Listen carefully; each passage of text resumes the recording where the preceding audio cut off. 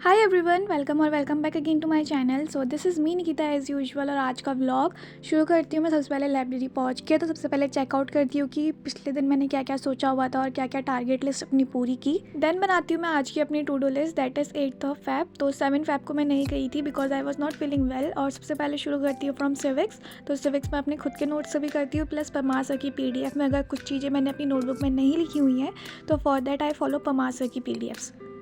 So basically आज जो मैंने किया that was part 2 and part 3। अब मैं कल से जो शुरू करूँगी that will be part 4, that is DPSP। Around 10 बज जाते हैं मुझे सिविक्स करते हुए। हालांकि मैंने बीच में ब्रेक भी लिया हुआ था फॉर हैविंग ब्रेकफास्ट। देन उसके बाद अब मैं कल से शुरू करूँगी DPSP। आज का topic was very effective. Then उसके बाद 10 साढ़े 10 बजे के अराउंड से मैं शुरू करती हूँ इंग्लिश ग्रामर, क्योंकि ग्रामर में मैंने जितना अपना एनालिसिस किया है मॉक देने के बाद, तो मेरी ग्रामर में बहुत ज़्यादा मिस्टेक्स रहती हैं। इस वजह से आई हैव थॉट कि मैं ग्रामर करूँगी।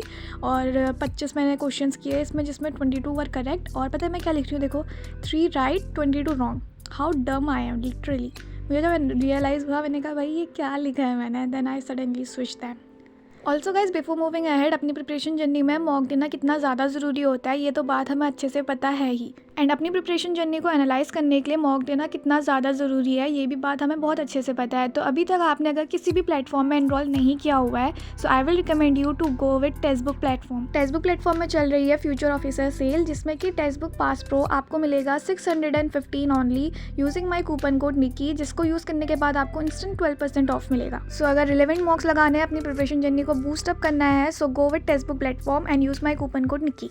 तो इंग्लिश की क्लास लेने के बाद मैं देने लग जाती हूँ एक sectional mock that was of CGL। तो स्पॉट द एरर का था और स्पॉट द एरर में मुझसे गलतियाँ होती हैं, सो आई थॉट कि मैं दे देती हूँ। हालांकि दिस वाज माय अटेम्प्ट 3, तो इसमें तो स्कोर अच्छा नहीं था क्योंकि अटेम्प्ट 2 में मैंने बहुत अच्छे से एनालिसिस की हुई थी।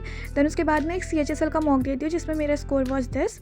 सो CHSL का स्पॉट द एरर का सेक्शनल मॉक था जिसमें मेरा एक क्वेश्चन यहाँ पे गलत हो जाता है। देन अराउंड 11:20 अब मैं शुरू करने जा रही हूँ मैथमेटिक्स। तो मैथ्स के लिए हमेशा की तरह मैं आपको प्रेफर करती हूँ किरण पब्लिकेशन की book, not only for mathematics but also for English, reasoning, GK, GS. So the best part about this book is this book include previous year asked question only and only the relevant questions. And also her particular chapter का concept starting में ही दे दिया गया है। For example geometry which is the most important chapter, और इसमें concept clear होना बहुत ज़्यादा ज़रूरी है क्योंकि बिना concept के कोई question solve नहीं होता है।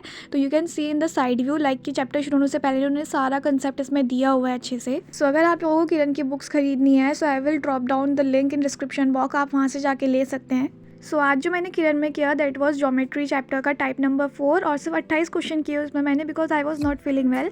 और कल पहली बार मुझे फील हुआ कि चक्कर आते वक्त कैसा फील होता है। लाइक मैंने अपनी लाइफ में कभी भी अभी तक मुझे कभी फील नहीं हुआ, कभी रियलाइज़ नहीं हुआ कि चक्कर कैसा आता है, क्योंकि मुझे कभी आई नहीं।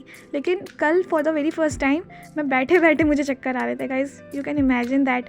तो मैंने सोचा ठीक है कोई नहीं, रेस्ट लेते हैं। मैथ्स करने के बाद आई क्लोज माई बुक। मुझे उसके बाद करनी थी रीजनिंग, लेकिन ठीक है कोई बात नहीं। I started watching out video जो कि मेरी फेवरेट है देखना। अराउंड 7 o'clock मैं बैठ जाती हूँ मॉक देने के लिए, क्योंकि आज 9 बजे तक ये लास्ट था मॉक और मुझे देना था क्योंकि मेरी फ्रेंड का स्कोर इसमें था वॉज 171। तो मुझे था कि ठीक है भाई मेरा भी शायद अराउंड 160 आ जाएगा, लेकिन 151 आता है मेरा स्कोर। Very sad. एंड ये मॉक ना मुझे ऐसा लगा कि ये क्वेश्चन सारे मैंने पहले भी किए हुए हैं। तो यही होता है मॉक्स देने का फ़ायदा कि क्वेश्चंस याद हो जाते हैं। दैन उसके बाद रात के टाइम पे मैं देखती हूँ मूवी दैट इज़ सनम तेरी कसम, जो कि मैंने बहुत पहले से सोचा हुआ था कि मुझे देखनी है। So that's all for today's video guys, bye.